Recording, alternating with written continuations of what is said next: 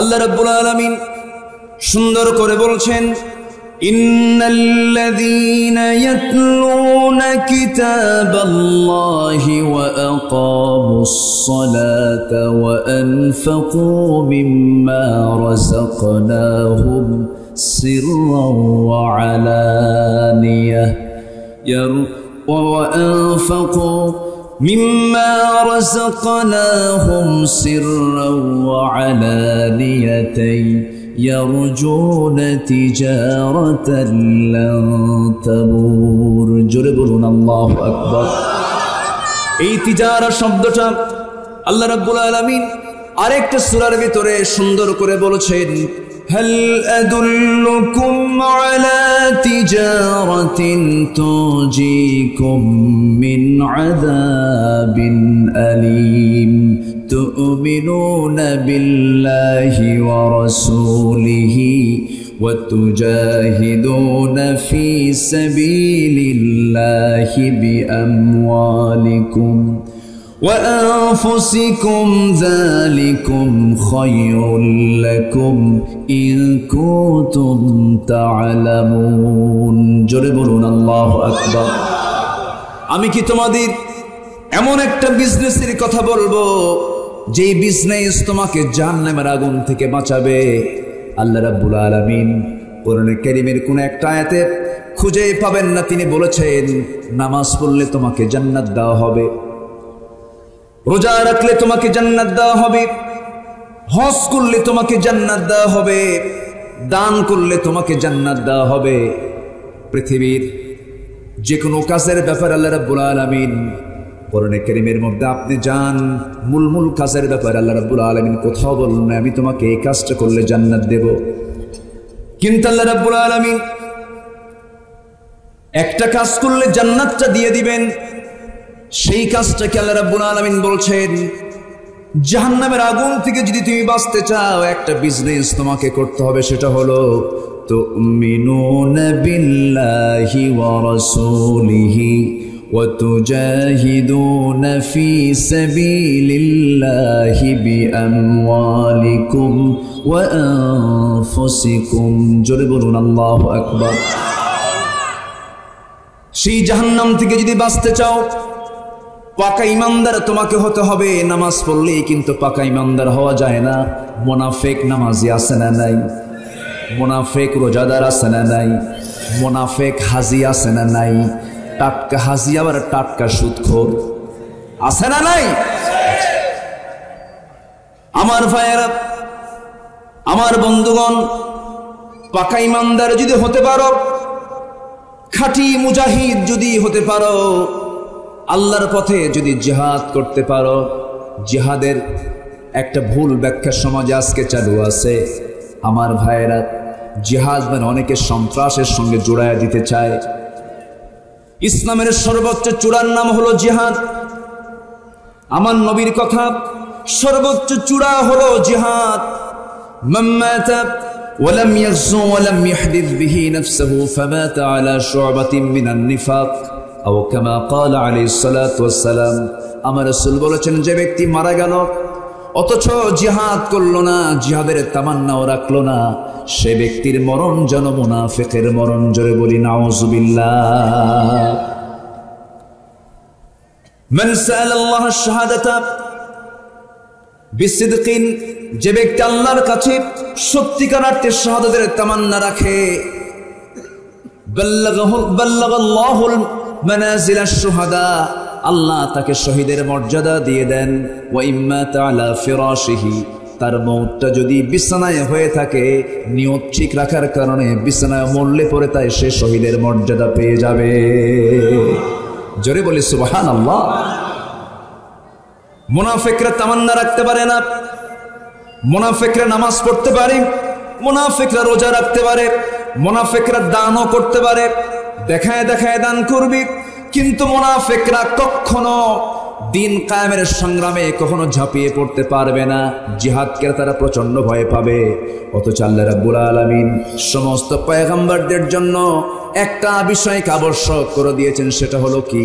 শারআ লাকুম মিনাদ দীনি মা ওয়াসসা বিহি নূহা والذي أوحينا إليك وما وصينا به إبراهيم وموسى وعيسى أن أقيموا الدين ولا تتفرقوا فيه كبر على المشركين ما تدعوهم إليه جربون الله أكبر আল্লাহর জমিন আল্লাহর দিন কায়েম করতে গিয়ে মতপার্থক্য সৃষ্টি করো না, বিচ্ছিন্ন হয়ে যেও না, ইখতিলাফ থাকতে পারে, ইফতিরাক করো না, গন্ডগোল সৃষ্টি করো না, হাঙ্গামা নিজেদের মধ্যে সৃষ্টি করো না। কার কথা? আসতে বলবেন না, কার কথা? আল্লাহর কথা। আল্লাহ সেই জন্য বলছেন, বান্দারে বিজনেসে সফল হতে হলে এক নম্বরে পুঁজি লাগবে তোমার মজবুত ঈমান। কি ঈমান বলেন? মজবুত ঈমান তোমাকে অর্জন করতে হবে। সে আয়াতের সঙ্গে আবার এই জায়গায় অ্যাড করে দিই তিজারা শব্দটা প্রয়োগ করে আল্লাহ রাব্বুল আলামিন এখানে বলছেন, বিজনেসে সফল যদি হতে চাও, তোমার ব্যবসায় কখনো লস হবে না। আরো তিনটা পুঁজি আমি তোমার জানায় দিলাম। এর মধ্যে এক নম্বর হলো যারা আল্লাহর কালাম নিয়মিত তেলাওয়াত করবে, জোরে বলি সুবহানাল্লাহ। কোরআন তেলাওয়াত হবে নিয়মিত, না বাপ মরলে। আমার দেশে কোন সময় তেলাওয়াত হয়? বাপ মরলে। বাপ মরে গেলে তেলাওয়াত হয়, কুলখানি হয়। কি খানি? কুলখানি হয়, চল্লিশা হয়। কিন্তু কোরআন তো মরা মানুষের তেলাওয়াতের জন্য আসে নাই, কোরআন তো জিন্দা লোকের জন্য এসেছে। লিয়ুনযিরা মান কানা হাইয়া, জিন্দা লোকের জন্য কোরআন নাজিল হয়েছে, মরা লোকের জন্য কোরআন নাজিল হয় নাই। কোরআনটা নিয়মিত পড়তে হবে। একজন তাবীর কথা মনে পড়ে গেল।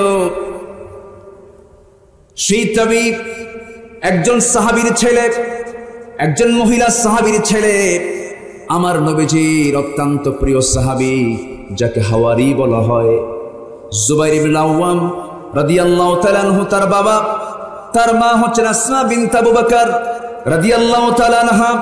তার দাদি হচ্ছেন আমার নবীজির ফুফু সাফিয়া বিনত আব্দুল মুত্তালিব। এত দামি পরিবারের সন্তান তিনি ছিলেন। একজন তাবেঈ উরওয়া ইবনে জুবাইর রাহমাতুল্লাহ আলাইহি, তার একটা ব্যক্তিগত আমল ছিল। জীবনের ৭১ বছর বয়স পর্যন্ত তিনি জীবিত ছিলেন। গোটা জিন্দেগি প্রত্যেকটা দিন, দিনের বেলা ৭.৫ পারা আর রাত্রিবেলা ৭.৫ পারা কোরআন তিনি নামাজে পড়ে নিতেন। একটা দিন বাদ পড়ে নেই। সুবহানাল্লাহ বলবেন না? আর আমার এমনি সস্তা জান্নাত খুঁজি। ৭১ বছর বয়সে তিনি ইন্তেকাল করেছেন। প্রাপ্তবয়স্ক সময় থেকে শুরু করে নিয়ে মৃত্যুর দিন পর্যন্ত একটা দিন তিনি এই আমলটা বাদ দিলেন না। প্রত্যেকটা দিন দেখে দেখে তেলাওয়াত করতেন ৭.৫ পারা, আর নামাজে তেলাওয়াত করতেন ৭.৫ পারা, ১৫ পারা। মাসে ১৫ পারা কোরআন তার খতম হয়ে যেত। মাসে ১৫ বার কোরআন তার খতম হয়ে, ১৫ বার। কয়বার? আর জীবনে এক খতম হয় না। এরকম পাবলিক আমার দেশে আছে না? নাই? কম না বেশি? শেষ নবীর উম্মত, জান্নাত তো যাবো, এরকম আছে না? কিছু আছে না? আমার ভাইয়ের আমল বাড়াতে হবে। এই কিতাবের সঙ্গে সম্পর্ক যার বেশি, আল্লাহর সঙ্গে সম্পর্ক তার বেশি। এটা হলো আল্লাহর চিঠি। কার চিঠি বলেন? আসতে বলবেন না, কার চিঠি? ফাআইনা তাযহাবুন ইন হুয়া ইল্লা যিকরুল লিল আলামিন লিমান শাআ মিনকুম আইয়াস্তাকিম। কোন দিকে দৌড়াও? এটাই তো তোমার জন্য জিকির। চুপ থাকলে ফিকির, কথা বললে জিকির, চুপ থাকলে ফিকির করতে হবে। আল্লাহ রাব্বুল আলামিন আরেক জায়গায় বলছেন, ফিকির আর জিকির কখন করবা? আল্লাযীনা ইয়াযকুরুনাল্লাহা কিয়ামান ওয়া কুউদান ওয়া আলা জুনুবিহিম ওয়া ইয়াতাফাক্কারুনা ফি খালকিস সামাওয়াতি ওয়াল আরদ ربنا ما خلقت هذا باطلا سبحانك فقنا عذاب النار جربون الله أكبر। যারা দাঁড়িয়ে বসে জিকির করে, কার কার জিকির? আল্লাহর জিকির করে আর ফিকির করে চুপ থেকে। আর ফিকির করতে করতে বলে, আল্লাহ কি সুন্দর আকাশ বানিয়েছো, কি সুন্দর জমিন বানিয়েছো, আমার কি সুন্দর টানা টানা দুইটা চোখ দিয়েছো, সুন্দর দুটি কান দিয়েছো, সুন্দর দুটি ঠোঁট দিয়েছো, সুন্দর একটা স্বাদ নেবার জন্য জিহ্বা দিয়েছো। জিহ্বার ভিতরে, প্রত্যেকটা জিহ্বার ভিতরে 3000-এরও বেশি স্বাদ করে আমার আল্লাহ দিয়েছেন। জোরে বলি সুবহানাল্লাহ।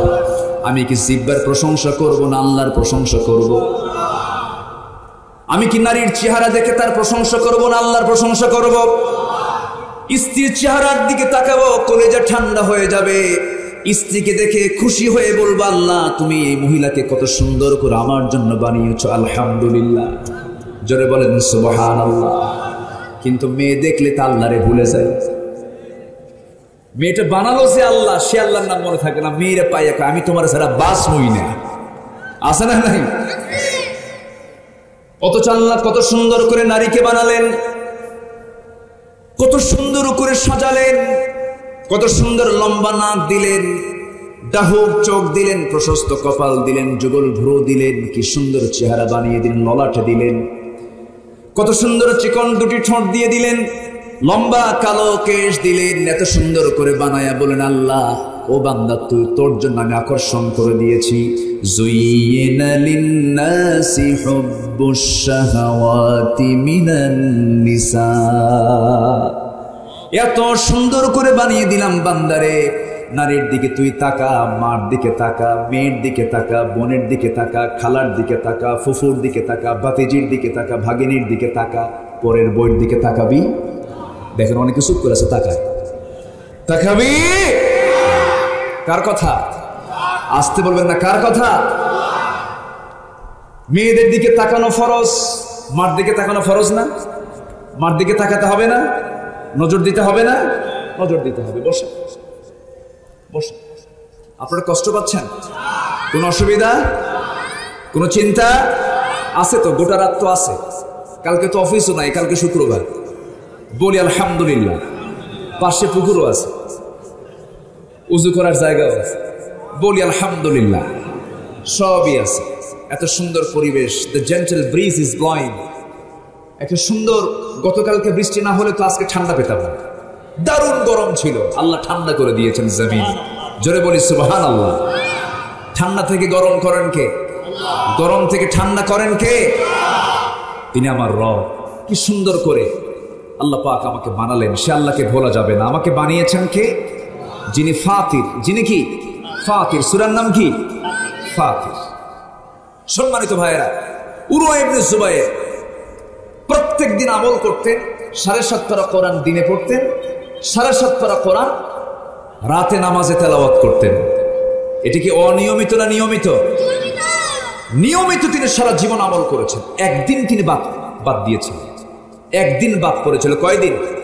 একদিন বাদ পড়েছিল। একদিন বাদ পড়লো কেমনে? ওই সময়ের খলিফাতুল মুসলিমিন, খলিফা তাকে রাজকীয় মেহমান করে দাওয়াত দিলেন। মেহমান হয়ে তিনি একটা সন্তানকে, তার 4টা সন্তানের মধ্যে একটা সন্তানকে নিয়ে চলে গেলেন রাজদরবারে। রাজদরবারে গিয়ে বসে পড়লেন। ছেলেটা তার হাত ছাড়া হয়ে গেল। রাজদরবারে যে জায়গায় ঘোড়া থাকে, ঘোড়ার ঘরে আস্থা বলে, তার সেই ছেলেটা ঢোকা মাত্রই একটা বেকায়দার ঘোড়া তার বুকে লাথি মেরে ফেললো। লাথি মারার সঙ্গে সঙ্গে ছেলেটা সেখানে পড়ে মারা গেল। মৃত্যুর সংবাদ উরওয়া ইবনে যুবাইরের কানে যখন চলে গেল, ইন্না লিল্লাহ বললেন। সন্তান দাওয়াত খেতে এসে মারা গেল, সন্তান লাশ হয়ে মারা গেল, লাশ হয়ে গেল। জানাজা কাফন দাফন শেষ করে তিনি ফিরে আসতেছেন। এমন সময় প্রচন্ড ব্যথা তার পায়ে। এক পর্যায়ে ডাক্তার বলে দিল, উরওয়া বিন যুবাইর, তোমার তো একটা পায়ে জটিল রোগ ধরা পড়েছে, তোমার পায়ে ক্যান্সার হয়ে গেছে। তোমার পাটা না কাটা পর্যন্ত এই জিনিসটা গোটা শরীরে ঢুকে পড়লে পরে তুমি মারা যাবে, তোমার পাটা কাটতে হবে। কি করো তুমি, কি সিদ্ধান্ত নিতে যাচ্ছ? তিনি বললেন, ঠিক আছে আমি প্রস্তুত আছি। কিন্তু শল্য ডাক্তাররা যখন চিকিৎসা করতে নিয়ে যখন বলেন পাটা কাটতে হবে, শর্ত হলো তোমাকে অজ্ঞান করার জন্য মদ্যপান করতে হবে। তিনি বললেন, মইরা যাব কিন্তু মদ খাবো না। সুবহানাল্লাহ বলবেন না? একটু মদ পান করতে হবে। তিনি বললেন, না, তোমরা আমার চেতনা নাশ কোনো কিছু দেওয়ার দরকার নাই, আমার তৃপ্তির কোরআন তেলাওয়াত করব, তোমরা আমার পাটা কেটে ফেলবে। ইন্নাল্লাযীনা ইয়াতলুনা কিতাবাল্লাহ, নিঃসন্দেহে যারা তেলাওয়াত করবে কার কিতাব? আসতে বলবেন না, কার কিতাব? তেলাওয়াত করলে কোনো লস না লাভ? লস না লাভ? লাভ। আমার ভাইয়েরা, আমার বন্ধুগণ, একটু কান লাগিয়ে মনোযোগ দিয়ে শোনার চেষ্টা করুন। উরওয়া ইবনে জুবাইর রাহমাতুল্লাহ আলাইহি মদ্যপান করলেন না, তাকে চেতনানাশক ঔষধ দেওয়া হলো, তিনি তাও গ্রহণ করলেন না। তিনি আল্লাহর কালামটা হাতের মধ্যে নিলেন। যখন তার পাটা কাটা হচ্ছে, মুখে শুধু একটাই শব্দ, আল্লাহু আকবার, আল্লাহু আকবার। বারবার আল্লাহর নামটা নিচ্ছেন। সেন্স থাকা অবস্থায় তার পাটা যখন কাটা হচ্ছিল, এমনকি হাড়টা পর্যন্ত যখন কেটে ফেলা হচ্ছিল, সেই সময় পর্যন্ত তার সেন্সটা ঠিক ছিল। কিন্তু রক্ত পড়া বন্ধ করার জন্য সেই সময়ের যে চিকিৎসা, গরম তেল যখন সেই জায়গায় লাগানো হলো, সঙ্গে সঙ্গে তিনি সেন্সলেস হয়ে পড়ে গেলেন। কয়েক ঘন্টা তার সেন্স থাকলো না। এরপরে যখন তিনি সেন্সটা ফিরে পেলেন, সেই সময় দেখতে পেলেন নামাজের সময়টা চলে গেছে, পারলেন না নামাজ পড়তে, তেলাওয়াত করতে পারলেন না। ওই মাত্র একটা দিন তার বাদ ছিল, বাকি জীবনে কোনোদিন তার এই নিয়মিত আমল বাদ পড়ে নাই। জোরে বলি সুবহানাল্লাহ। আর আমরা কই, আল্লাহ এত ডাকা ডাকি, তুমি তো আমার ডাকে সাড়া দাও না আল্লাহ, এরকম আছে না নাই বলেন?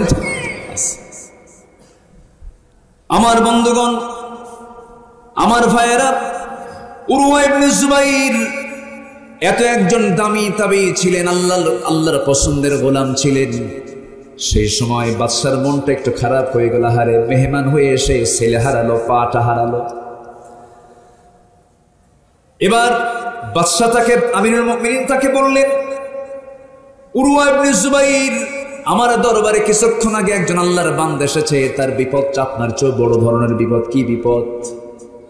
সেই আল্লাহর বান্দা এসে বলছে, আমিরুল মুমিনিন, আমি তো গতকালকে ছিলাম বিশাল সম্পত্তির মালিক, আজকে আমি ফকির। কেমন করে? বিশাল বড় সাইক্লোন হয়ে গেল, ঝড় হয়ে গেল, সমস্ত সম্পত্তিগুলো সব জলোচ্ছ্বাসে শেষ হয়ে গেছে। আমি শুধু সম্বল হিসেবে আমি আমার ছোট্ট সন্তানকে কোলে নিয়েছি, আর একটা ঘোড়া হাতে নিতে পেরেছি। ঘোড়াটাকে সাথী করে নিয়ে, বাচ্চাটাকে সাথী করে নিয়ে যাব, কিন্তু ঘোড়াটা খুব বেজায়, বেজুত মার্কা, সে দৌড় মারলো একদিকে, দৌড় মারতে নিল। যখন আমি তাকে নেওয়ার জন্য সন্তানকে রেখে আমি যখন ঘোড়াটা নিতে গেলাম, ঘোড়া যখন ধরতে গেছি, এইদিকে দেখি আমার সন্তানটা নেকড়ের মুখে পড়ে গেছে। নেকড়ের মুখে আমার সন্তানের মাথা। ওইদিকে ঘোড়া ধরতে গিয়ে সেই ঘোড়াটা পিছন দিক থেকে এমন জোরে লাথি মেরেছে, আমার চোখ দুইটা শেষ হয়ে গেছে। আমার চোখও শেষ, আমার সন্তানটা মারা গেছে। আমি অসহায় অবস্থায় আপনার সামনে হাজির হয়েছি। উরওয়া ইবনে জুবাইর রাহমাতুল্লাহ আলাইহি মুস্কি হাসি মেরে বলছেন, আল্লাহ পাকের আমি শুকরিয়া আদায় করি, আমার 4টা হাত পার মধ্যে একটা পা মাত্র গেছে। 4টা ছেলে সন্তানের মধ্যে একটা সন্তান মাত্র আল্লাহ পাক তুলে নিয়েছেন। আর এই বান্দাটার দেখো কি করুণ দুর্দশা, তার চেয়ে আল্লাহ পাক আমাকে অনেক ভালো রেখেছেন। জোরে বলি সুবহানাল্লাহ, আরো জোরে বলি সুবহানাল্লাহ। সকল ক্ষেত্রে শুকর আদায় করব কার? আসতে বলবেন না, কার? আল্লাহর প্রশংসা ছাড়া আমাদের কোনো কাজ নাই। কারণ 24 ঘন্টা প্রত্যেকটা সেকেন্ড আমাকে খাবার দিচ্ছেন কে? আসতে বলবেন না, কে? ধান কার? চাউল কার? আবাদ করে কে? ভালো করে কর, এখন সন্দেহ পড়ে গেছে। আবাদ করে কে? এটাও ভুল বললেন। আবাদ করেন কে? চাষ করেন কে? আসল চাষি কে? আসল চাষি কে? জারিয়া মানে হচ্ছে চাষি। জারিয়া মানে কি? চাষি। আপনি চাষি? আল্লাহ বলছেন না তুই শুধু চাষি না, আমি আল্লাহ নিজেও চাষি। জোরে বলেন সুবহানাল্লাহ। আল্লাহ নিজে চাষি। আল্লাহ বলছেন বান্দা তুমি শুধু চাষ করো, তুমি শুধু জমিতে ধানটা লাগায় আসো, সেই ধানটা আমি মাটির ফসফরাস, ক্যালসিয়াম, ম্যাগনেসিয়াম সবগুলো দিয়ে আমি এটাকে বড় করি, ম্যাচিউর করি, বড় করি, তোমার সামনে আমি হাজির করে দিই। বান্দা তুমি আমাকে কেমন করে অস্বীকার করো, সব আমি তোমার জন্য বরাদ্দ করে দিয়েছি। পৃথিবীর এমন কোনো জিনিস নেই, সব কার অবদান? আসতে বলবেন না, কার অবদান? আকাশ চলে কার নিয়মে? সূর্য চলে কার নিয়মে, চন্দ্র চলে কার নিয়মে, এই জমিনটা চলে কার নিয়মে, এই চোখটা যে নড়াচড়া করছে কার নিয়মে, আমার রক্তের প্রবাহ রক্তনালী চলছে কার নিয়মে। সব যদি আল্লাহর নিয়মে চলে, যদি সফলতা আমরা দেখতে পাই, জমিনে চলার জন্য আইনও চলা দরকার কার? আসতে বলবেন না কার?